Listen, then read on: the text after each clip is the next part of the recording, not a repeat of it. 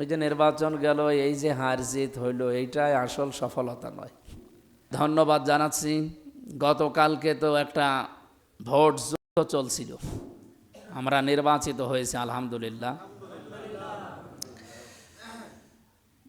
আমি দেশবাসীর জন্য একটা মেসেজ অলরেডি পাঠিয়েছি, আপনাদেরকে ওটা শেয়ার করতে চাই।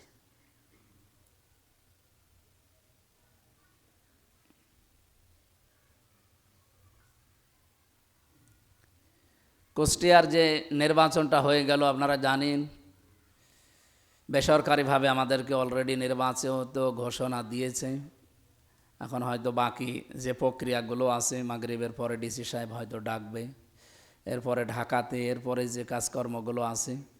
আমরা 6 জন ছিলাম, যারা সবাই তো আর নির্বাচিত হওয়া সম্ভব না। 6 জনই যদি হয়ে যায় তাহলে আর নির্বাচন হয়? একজন আল্লাহ লিখে রেখেছিলেন, একজন হয়েছে আপনাদের প্রচেষ্টায়। আমরা চাই ওই 6 জনের কাছে আমি কম বেশি কথা বলেছি যে সবাইকে নিয়ে আমরা আগামীর কুষ্টিয়া যে 16টা পয়েন্ট দিয়েছি আমার নির্বাচনী প্রচারণায়, এই 16টা কাজ সামনে নিয়ে আমি এগিয়ে যেতে চাই। যেহেতু একটা লাইনে ছিলাম, ওই লাইন থেকে একটা আলাদা লাইনে আমার আশা লেগেছে, সুতরাং এখন থেকে আমরা চেষ্টা চালাবো আমার কুষ্টিয়াতে অন্তত এই যে 4,40,000-এর উপরে প্রায় ভোটার, আমার বিশাল এরিয়া, প্রায় 3টা থানা এখন, কুষ্টিয়া সদর, ঝাউদিয়া এবং ইবি, এই 3টা থানা মিলে যতগুলো মানুষ আছে, সে দল মত ধর্ম মত আলাদা থাকতে পারে, কিন্তু সবাই এখন আমার। আমি সবাইকে নিয়ে, সবাইকে আপন ভাইয়ের মতো মনে করে আগামীর কুষ্টিয়াতে ইনশাল্লাহ আমরা পদচারণা চালাবো। অন্য জায়গায় যা হয় হোক, আমরা কুষ্টিয়াকে আগে প্রথমে মানুষের কর্মসংস্থানের ব্যবস্থা করা লাগবে, কারণ বেকারত্ব এটা জীবনের জন্য একটা বিশাল অভিশাপ, এটা যেন না থাকে। দেশি বিদেশি রাষ্ট্রীয় এবং বিভিন্ন প্রতিষ্ঠানের মাধ্যমে যত জায়গায় যত কিছু আছে, আমার এই ছোট্ট মেধা দিয়ে এবং যারা বোঝে এই বিষয়গুলো, তাদের কাছ থেকে পয়েন্টগুলো নিয়ে, তাদের মেধা থেকে, তাদের মাথা থেকে এই বুদ্ধিগুলো নিয়ে আমরা এই কাজটা আগামীতে করার চেষ্টা চালাবো। 2 নম্বরে এই যে দখল করে নেওয়া আর চাঁদাবাজি করা, এর বিরুদ্ধে আমরা 0 টলারেন্স দেবো ইনশাল্লাহ। এটা রেকর্ড হচ্ছে, তো এই জন্য বলছি।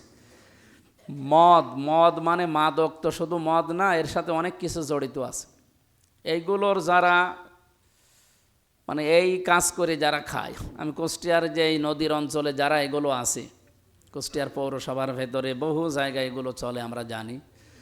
আমরা আহ্বান জানিয়েছি নির্বাচনের আগে যে আপনাদের এই মাদকের ব্যবসা করে যদি মাসে 30,000 টাকা উপায় হয়, অন্তত এমন একটা সম্মানজনক মর্যাদা সম্পন্ন নিরাপদ কাজের ব্যবস্থা করা লাগবে, যে কাজ করলে অন্তত মাসে 50,000 টাকা উপায় করা যায়। তাহলে তো আর ওই মদের ব্যবসা করার দরকার নেই। তো এই কাজগুলো আগে উদ্যোগ নিয়ে আগে ওদের ব্যবস্থা করেন, তারপরে যদি বলা যায় যে মদের এই সমস্ত চলবে না, তখন মানা যায়। কিছুই না করে যদি 2 পিটানি দেওয়া যায়, বলবে আগে আমার ব্যবস্থা করেন। এগুলো আমরা আগামীতে পরিকল্পনা নিয়েছি, আপনাদের সাথে নিয়ে করবো ইনশাল্লাহ। এই যে নির্বাচন গেল, এই যে হার জিত হইল, এইটাই আসল সফলতা নয়। আল্লাহ পাক বলেন, ফামান যুহজিহা আনিন নার ওয়া উদখিলাল জান্নাতা ফাকাদ ফাজ। জীবন সফল ওই মানুষটার যাকে আল্লাহ জাহান্নামের আগুন থেকে মুক্ত করে জান্নাত দিয়েছে, এই লোকটার জীবন সফল। এই আয়াতের আরেকটা অর্থ আছে। দ্বিতীয় অর্থ হচ্ছে ওই মানুষটার জীবন আল্লাহ সফল, যে আস্তে আস্তে জাহান্নামের কাজগুলো ছেড়ে দিতে পারে আর জান্নাতের কাজের দিকে এগিয়ে যেতে পারে। সেই ট্রেনিং দেওয়ার জন্যই কিন্তু রমজান। আমি কথা বোঝাতে পারছি তো? সুতরাং এই মহান মাস যে ছায়া অলরেডি ফেলছে আমাদের সামনে, চলে আসতেছে, আর 2-3-4 দিন পরে আমরা যেন এখন থেকে প্রস্তুতি আরও আগে থেকে নেওয়া দরকার। রমজানের প্রস্তুতি নবীজি 6 মাস আগে থেকে নেওয়া আরম্ভ করতেন, আর আমাদের মাত্র 3 দিন আছে। সুতরাং এখন থেকেই প্রস্তুতি নেওয়া দরকার আমার রমজানের যে শিক্ষা, এবং রমজান যেন ছুটে না যায়, অপরাধগুলো যেন এই রমজানে ধুয়ে মুছে সাফ হয়ে যায়, জ্বালিয়ে পুড়িয়ে নিঃশেষ করে দেওয়া যায়। তাহলে আমি আমার জীবন সফল করার জন্য আয়াত থেকে যেটা দেখলাম, আমি কি আস্তে আস্তে জাহান্নামের কাজগুলো ছেড়ে দিতে পারছি? জান্নাতের কাজের দিকে কি আমি আসলেই এগিয়ে যেতে পারছি। কোরআনে কারিম আমাদেরকে সূরা আলে ইমরানের 133 নম্বর আয়াত হবে সম্ভবত এটা। আল্লাহর ঘোষণা ছিল ওয়াসারিউ ইলা মাগফিরাতিম মির রাব্বিকুম ওয়া জান্নাতিন আরদুহাস সামাওয়াতু ওয়াল আরদ উইদ্দাত লিল মুত্তাকিন। রমজান মানুষকে যে মুত্তাকি বানাতে আসে, তাকওয়া অর্জন করার জন্য রমজান আসে। এ তাকওয়া অর্জন করার জন্য রমজান আমাদের মাঝে এসেছে। আর এদের জন্য আল্লাহ যেহেতু বানানো একটা জান্নাত তৈরি করে রেখেছেন, উইদ্দাত লিল মুত্তাকিন, প্রস্তুত করে রাখা হয়েছে জান্নাত মুত্তাকিদের জন্য। তোমরা দৌড়াও আল্লাহর মাগফিরাত এবং ওই জান্নাতের দিকে, যার প্রশস্ততার বর্ণনা দিলেন আসমান আর জমিন এর চাইতেও বিশাল। এই বানানো জান্নাত আল্লাহর পাওয়ার জন্য যেহেতু মুত্তাকি হওয়া শর্ত, রমজানও আসতেছে এই মুত্তাকি হওয়ার জন্যে। আমরা বহু মানুষ এই দেশে এই ধারণা করি যে মুত্তাকি মানে আমাদের যে ইমাম সাহেবের মতো এরকম একটা বড় জুব্বা গায়ে দিয়ে, পাগড়ি একটা মাথায় দিয়ে, হাতে একটা তসবিহ নিলাম। দুনিয়ার কোনো খেয়াল আমাদের আর নেই, আমরা মুত্তাকি হয়ে গেলাম। এইটা কি মুত্তাকি হওয়ার মিনিং? আল্লামা আলুসি রহমতুল্লাহ আলাইহির একটা বর্ণনা আমি পড়ছিলাম। উনি জানিয়েছেন কেউ যদি মুত্তাকি হতে চায়, ধীরে ধীরে তাকে অন্তত 6টা প্রক্রিয়ায় এগিয়ে যাওয়া লাগবে। 6টা প্রক্রিয়া যার ভেতরে নেই সে মুত্তাকি হতে পারবে না। সুতরাং রমজান আসতেছে আমাদের মুত্তাকি বানাতে। আমরা দেখি তো এই 6টা প্রক্রিয়া আমাদের কার ভেতরে আছে। 1 নম্বরে কেউ যদি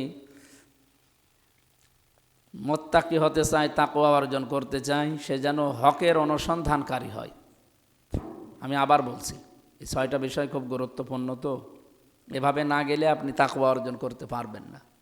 আপনার যতই বেশভূষা উপরে ফিটফাট থাক, মুত্তাকি হওয়ার জন্য এই পদ্ধতি অবলম্বন করা লাগবে। রুহুল মানিতে আছে এটা তাফসিরে। আল্লামা আলুসি রহমতুল্লাহ আলাইহি অনেক বড় আলেম, তিনি তাফসির লিখেছে। উনি এই জায়গা বর্ণনা করছেন যে এই পদ্ধতিতে তোমাদেরকে তাকওয়া অবলম্বন করার জন্য আদেশ করছি। 1 নম্বরে হকের অনুসন্ধান করা লাগবে আমাদের। এটা ছাড়া কেউ মুত্তাকি হতে পারবে না। এখন হক কি? আপনি যদি হক তালাশ না করেন, অনুসন্ধান না করেন, আপনি মুত্তাকি হতে পারবেন না। এই পৃথিবীতে আমরা সবচাইতে বেশি জানি আল্লাহকে ভয় পেয়েছে, তাকওয়া অবলম্বন করেছে নবীরা। এটার সাথে আপনারা একমত আছেন না? এই জন্য আমাদের আকীদা হচ্ছে, আমাদের বিশ্বাস, বিশেষ করে আমার, নবীরা হচ্ছে মাসুম। আর সাহাবা একরাম রাদিয়াল্লাহু তাআলা আনহু আজমাইন, যারা তাদের অনুসরণ করেছে পূর্ণাঙ্গভাবে, তারা হচ্ছে মাহফুজ। আমি আবার বলছি, বিশ্বনবী মুহাম্মদুর রাসূলুল্লাহ সাল্লাল্লাহু আলাইহি ওয়াসাল্লাম থেকে একেবারে আমাদের আদি পিতা আদম আলাইহিস সালাম, যত নবী আল্লাহ দুনিয়ায় পাঠিয়েছিলেন, আমার বিশ্বাস, আমার দৃষ্টিতে প্রত্যেক নবী ছিলেন মাসুম। আমাদের নবী মুহাম্মদুর রাসূলুল্লাহকে আল্লাহ জানিয়েছেন লিয়াগফিরা লাকাল্লাহু মা তাকদ্দামা মিন যামবিহি, হে নবী আপনারা আগে পেছনের যত কিছু সব আমি মাফ করে দিয়েছি। সুতরাং আমাদের আকীদা, আমাদের বিশ্বাস, বিশেষ করে আমি আবার বলছি আমি নবীদেরকে মাসুম মনে করি, বিশ্বাস করি, এবং সাহাবা ইকরামকে আমরা মাহফুজ মনে করি। তাদেরকে আল্লাহ হেফাজত করেছিলেন। তা আমরা নবীদের চাইতে তাকওয়াবান যেহেতু হওয়া সম্ভব না, আমাদের জাতির পিতা হযরত ইব্রাহিম আলাইহিস সালাম, তিনি তাকওয়া অবলম্বন করেছিলেন কিভাবে? তার যে প্রথম তরিকা, এখানে তাফসির থেকে যেটা নোট করা, প্রথম তিনি হক অনুসন্ধান করেছিলেন, হক তালাশ করেছিলেন। আমি আবার বলছি, আমরা যদি তাকওয়া অবলম্বন করতে চাই এই যে রমজান, তাহলে আমাদের প্রথম হক তালাশকারী হওয়া লাগবে, হক অনুসন্ধানকারী হওয়া লাগবে প্রত্যেকেরই, নয়তো আপনি তাকওয়া অর্জন করতে পারবেন না। ইব্রাহিম আলাইহিস সালাম তিনি হক খুঁজতেছিলেন। প্রথমে তারকা, এরপরে চন্দ্র, এরপরে সূর্য, এগুলো তিনি দেখে মনে করেছিলেন এটাই মনে হয় হক, এটাই সত্য, এটাই আমার পালনকর্তা। পরবর্তী যখন সব ডুবে গেল, তিনি তখন জাতির লোককে ডাক দিয়ে বললেন, ইন্নী বারিয়ুম মিম্মা তুশরিকুন, তোমরা যাদেরকে শরিক করো আমি এগুলোর সাথে সম্পর্ক ত্যাগ করলাম। এ কথাটা বলতে যত সহজ, ওই সময় তার পরিবেশে, সমাজে, রাষ্ট্রের কাছে এ কথাটা বলা ছিল অনেক কঠিন। আমাদের সময় এখন কিন্তু ওই রকমই চলছে। আপনি নামাজ পড়েন, রোজা রাখেন, জুব্বা গায়ে দিন, তাহাজ্জুদ পড়েন, অসুবিধা নেই, কিন্তু হক কোনটা এটা যখন আপনি বুঝে, এটা যখন সমাজে, পরিবারে, ব্যক্তি, রাষ্ট্রের সামনে দাঁড়িয়ে ঘোষণা দেবেন, ইব্রাহিম আলাইহিস সালামের প্রতি যা নেমে এসেছিল, ইব্রাহিমের সন্তান হিসাবে আপনার প্রতিও তাই নেমে আসবে। কথাকে বুঝে ঠিক বললেন নাকি আন্দাজে? সুতরাং আজ যা নেমে আসে এগুলো নতুন না, এগুলো আসতেছে আবহমান কাল থেকে। হক কেউ তালাশ করলে তার উপরে বিপদ আসবে না, তাহলে সে হক তালাশ করেনি। তাহলে আমাদের জাতির পিতার উপরে যদি এটা আসতে পারে, আমাদের উপরে সন্তান হিসাবে আসবে না? সুতরাং আমরা রমজানে যেহেতু তাকওয়া অবলম্বন করতে চাচ্ছি, আমাদের উচিত হবে এইটা, আমরা হক তালাশ করব যে হক কোনটা, সত্য কোনটা। এই পৃথিবীতে বহু বাতিল আছে। ওয়া আলাল্লাহি কাসদুস সাবিলি ওয়া মিনহা জাইর ওয়ালাউ শাআ লাহাদাকুম আজমাইন।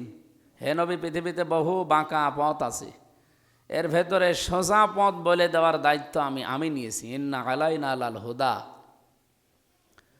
আমাদের উচিত হবে লেখাপড়ার মাধ্যমে, জ্ঞান অর্জনের মাধ্যমে হক কোনটা এটা বের করা।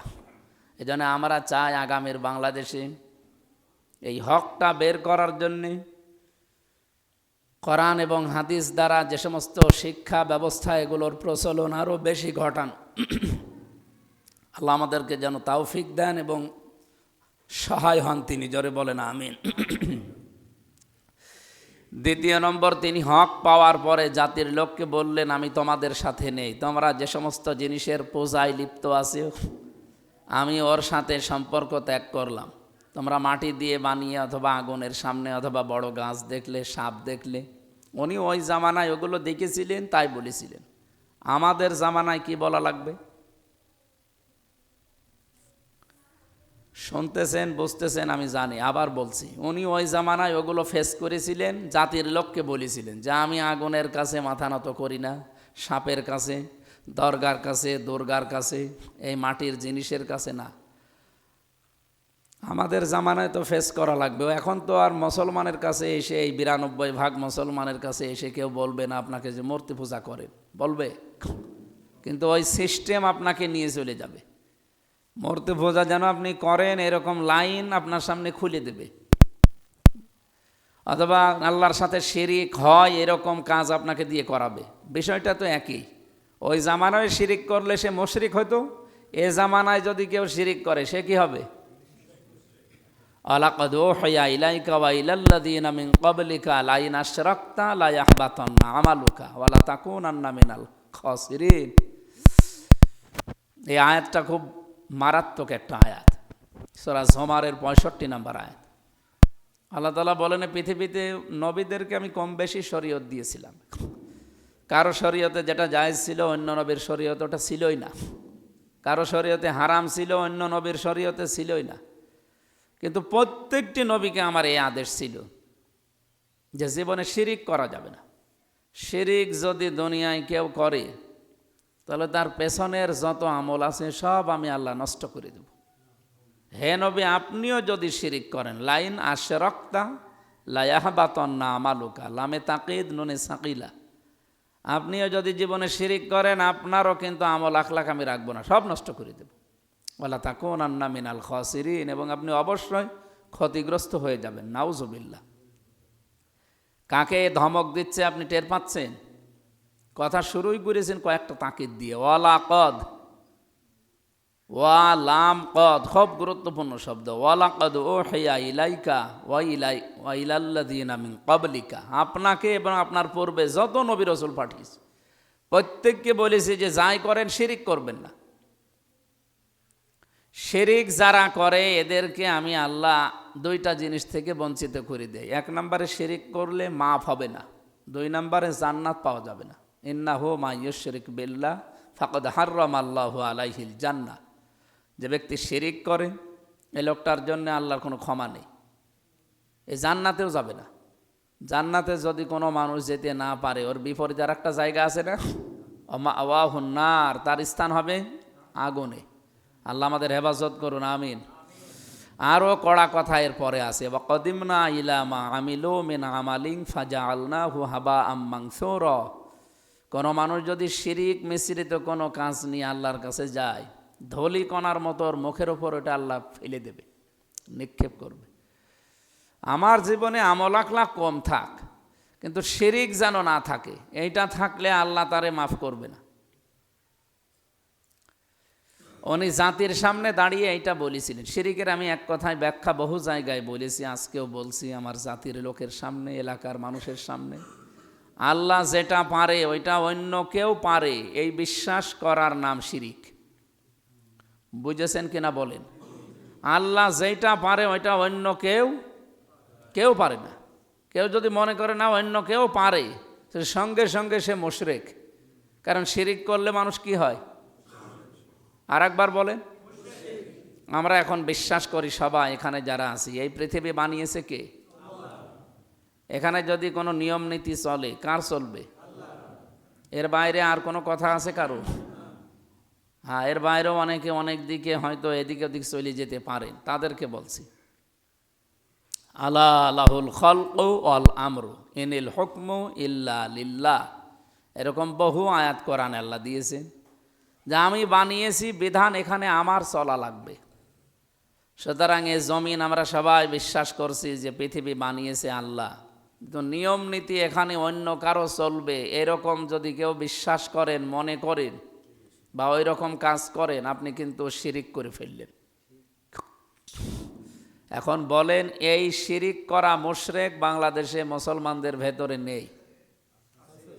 আছে মানে আমরাই আছে মানে বলেন তো, যে কথাটা বললাম 2 লাইনে, কি বুঝলেন আপনি?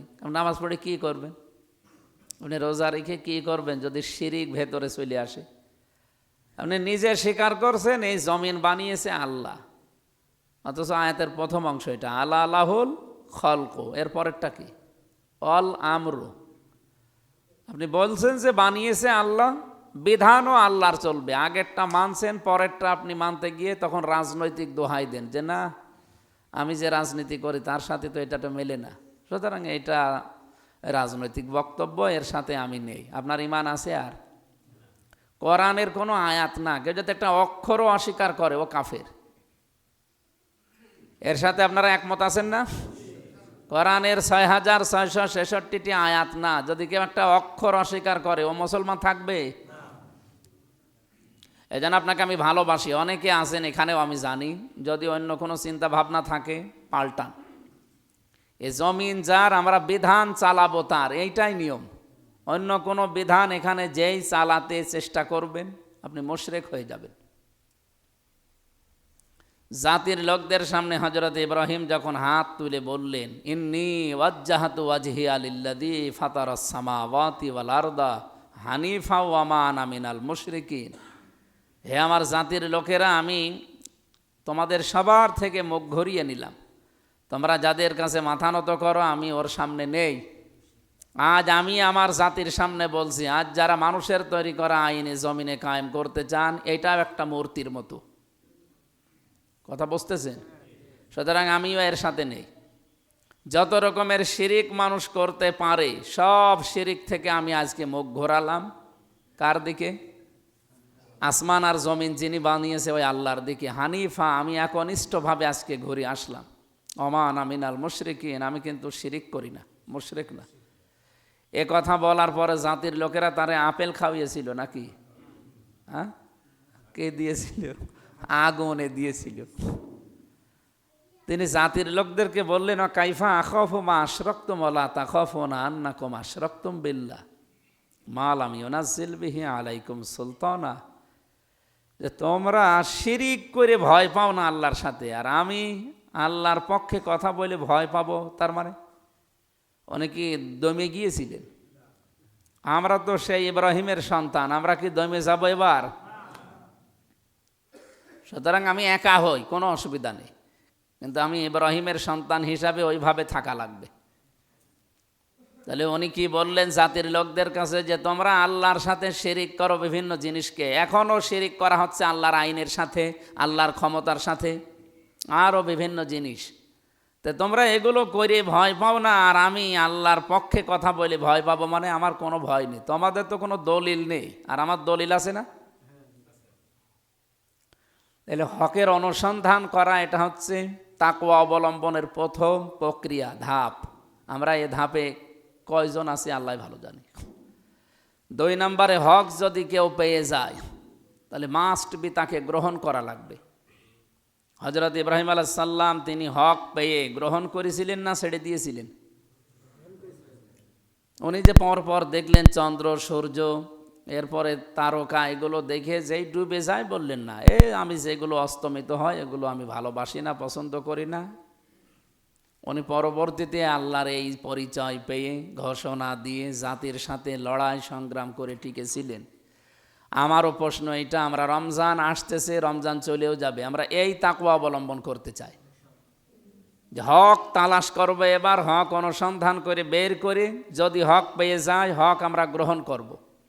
বাংলাদেশে বহু হক আছে, হকের ডিলার আছে, এমনকি তারা ছাড়া আর কাউকে হক মনেই করে না। কিন্তু হক কারা, এ কথা আল্লাহ কোরআনে জানিয়েছেন। অমিম্মান খলাকনা উম্মাতু ইয়াহদুনা বিল হাক্কি ওয়া বিহি ইয়াদিলুন। 2টা গুণ যেই দলের ভেতরে এই পৃথিবীতে পাওয়া যাবে তারা হক। কে বলছেন? 2 জায়গায় আয়াতটা আছে। 1 নম্বরে, যারা তোমাদের ভেতরে ওই দলটাই হক পথে আছে, যারা এই পৃথিবীতে ইয়াহদুনা বিল হক, পথ দেখায় যারা সত্য পথ।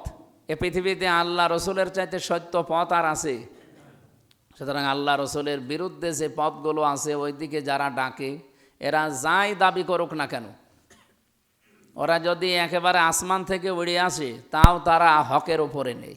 2 নম্বরে, বিহি ইয়াদিলুন, যারা আদল কায়েম করতে চায় দুনিয়ায়, ইনসাফ, ন্যায় বিচার।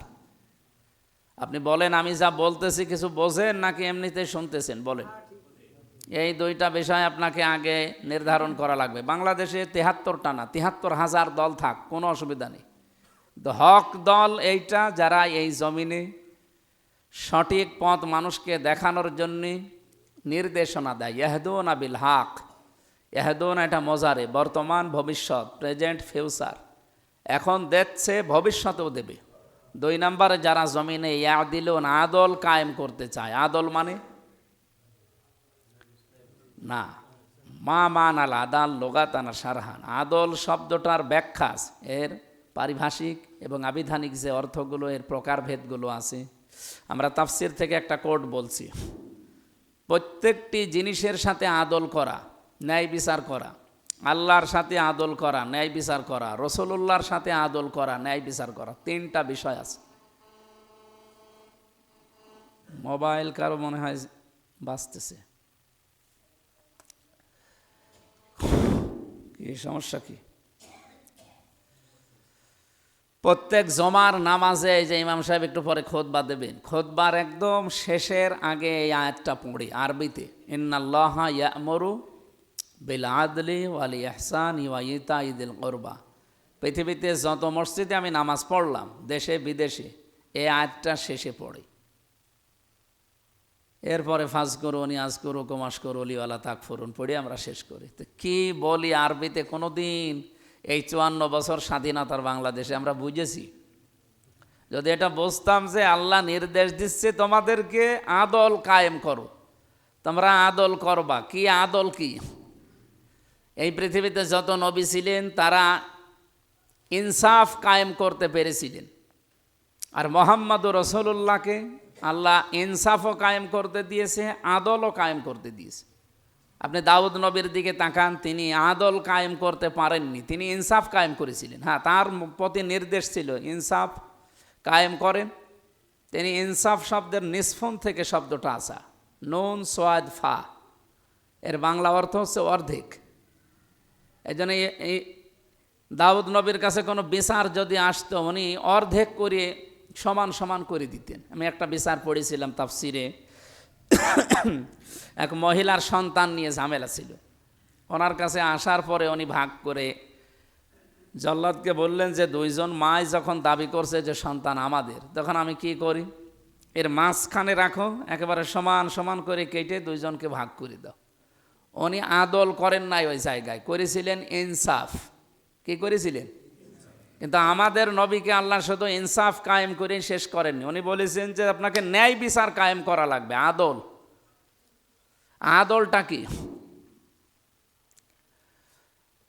আমরা 3 প্রকার আদলের কথা বলছিলাম। প্রথম আদল হচ্ছে আমার আল্লাহর সাথে। আল্লাহর সাথে আদল কি? আল্লাহ কোরআনে কারিমে 500 শরীয়তের বিধান দিয়েছেন। এই বিধানগুলো আমাদের প্র্যাকটিক্যাল লাইফে থাকা লাগবে, বাস্তব জীবনে। এটা তাহলে তার সাথে আদল হবে। দুঃখজনক, আমরা মুসলমান, আমাদের এই দেশে আল্লাহর একটা বিধানও এখন পূর্ণাঙ্গভাবে চালু করা নেই। বিধান ছিল কয়টা কোরআনে? 500। আমরা কয়টা মানতে পারছি? একটাও না, পূর্ণাঙ্গভাবে একটাও মানতে পারছি না। তার মানে আল্লাহর সাথে আদল আমাদের হচ্ছে না। 2 নম্বরে আদল করা লাগবে রসুলুল্লাহর সাথে। রসুলের সাথে আদল কি? ওনার সাথেও তো ন্যায় বিচার করা লাগবে। আপনি ন্যায় বিচার ওনার সাথে কি? ওনার তো ন্যায় বিচার হচ্ছে ওনার যে নির্দেশনা ছিল এই পৃথিবীতে রেখে যাওয়া, ওইগুলো অনুযায়ী জীবন চালাতে হবে। এটা হচ্ছে ওনার সাথে ন্যায় বিচার। ওনার যতগুলো কথা ছিল সব কথা আপনার জীবনে পূর্ণাঙ্গভাবে থাকা লাগবে। আপনার বডির ভেতরে একটু তাকান, মাথার চুল থেকে পায়ের তালু পর্যন্ত 3.5 হাত বডিতে রসুলের কি কি নির্দেশ ছিল? 10টা নির্দেশ আছে আমাদের বডির ভেতরে। কয়টা আছে আপনি একটু মিলান তো। আমাদের মাথা থেকে শুরু করে চুলের কাটিং দেওয়া দরকার। নবীজি 3 রকম চুল কাটতেন। আমাদের ওই 3 রকমের কোন রকমে আছে? নেই। এরপরে আস্তে আস্তে শুরু করেন নিচের দিকে, যত নিচে যাবেন একটাও পাওয়া যাচ্ছে না। রসুলের সাথে আদল হচ্ছে না। 3 নম্বরে আদল করা লাগবে পৃথিবীর সৃষ্টি জগতের সাথে। বিনা কারণে আপনি একটা গাছের পাতা ছিঁড়তে পারবেন না। কথা বুঝতেছেন? বিনা কারণে আপনি যারা নিচে দায়িত্বে আছে তাদের সাথে খারাপ ব্যবহার করতে পারবেন না। হ্যাঁ, দায়িত্বের খাতিরে যদি কড়া হওয়া লাগে সেটা আলাদা। এমনি আপনার অধীনস্থ যারা আছে তাদের সাথে আপনি যে আচরণ করা আপনার সাথে করলে আপনার মন খারাপ হয়, এরকম আচরণ তাদের সাথে করা যাবে না। ওসি সাহেব বসে আছে, এখন ওই গেটে যে কনস্টেবল দাঁড়িয়ে আছে একটা অস্ত্র নিয়ে, ওনার সাথে যে ব্যবহার ওসি করে, খালি চেয়ারটা পাল্টিয়ে ওসিকে যদি ওই কনস্টেবলের জায়গায় দাঁড়িয়ে আর ওই লোকটাকে যদি ওই চেয়ারে বসা যায়, উনি কিছুক্ষণ আগে যে আচরণ করলো ওইটা যদি ওনার সাথে করত উনি মেনে নিতে পারত? তার মানে আপনি অধীনস্থদের সাথে আদল করতে পারেননি। আমার কথার অর্থ মনে হয় একটু গভীর হয়ে যাচ্ছে। আমি বিস্তারিত বলতে গেলে আবার অনেক সময় হয়ে যাবে দুপুরবেলা। আমি বাকিটা বলিনি। হক কবুল করা 3 নম্বরে। হক যদি কেউ গ্রহণ করতে পারে সে যেন হক প্রচার করে। হক শুধু প্রচার করলেই হবে না, 4 নম্বরে হকের ওপরে টিকে থাকা লাগবে তাকে। এর প্রত্যেকটা আয়াত এবং দলিল দেওয়া আছে, আমি লম্বা করছি না। 5 নম্বরে হক যদি আপনি টিকে থাকতে পারেন নিজে, তাহলে এটাকে আবার দাঁড় করাবেন, কায়েম করবেন। কায়েম করার জন্য সর্বাত্মক চেষ্টা করা লাগবে হক। 6 নম্বরে শুধু কায়েম করলে হবে না, যদি হক কায়েম হয়ে যায় তাহলে এটাকে টিকিয়ে রাখার জন্যে সাহায্য করা লাগবে। এই 6টা প্রক্রিয়া যখন মানুষ অবলম্বন করবে সে হবে মুত্তাকি, তাকওয়াবান। তার জন্যে আল্লাহ এই রমজানে রোজা রাখলে জান্নাত বানিয়ে রেখেছে। আমি অল্প সময়ের ভেতরে মন কথাগুলো বলতে পেরেছি বিস্তারিত। এর প্রায় 2-3 ঘন্টা আলোচনা করা দরকার, এত কথা আছে এক একটা পয়েন্টের ভেতরে। যেহেতু মানুষ এখন সচেতন, আমি জানি আপনারা সব বুঝে ফেলেছেন। প্রথম পয়েন্টটায় যা বলেছি আল্লাহ ওইটুকুই আমল করার তৌফিক দান করেন। আর যদি আমরা তাকওয়া অবলম্বন করে এই রমজানে যদি আল্লাহর নৈকট্য অর্জন করতে চাই, তাকওয়াবান, মুত্তাকি, পরহেজগার যাই বলেন হতে চাই, তাহলে এই প্রক্রিয়ায় এসে আমাদেরকে আমাদের জাতির পিতা ইব্রাহিম আলাইহিস সালাম যেভাবে করেছিলেন ওই পথ অনুসরণ করার তৌফিক দান করেন, আমিন। সম্মানিত মুসল্লিকরা, আমার নিজের গ্রাম, নিজের গ্রামবাসী, এলাকাবাসী আপনাদেরকে ধন্যবাদ জানাচ্ছি। গতকালকে তো একটা ভোট যুদ্ধ চলছিল, আমরা নির্বাচিত হয়েছি আলহামদুলিল্লাহ। আমি দেশবাসীর জন্য একটা মেসেজ অলরেডি পাঠিয়েছি, আপনাদেরকে ওটা শেয়ার করতে চাই।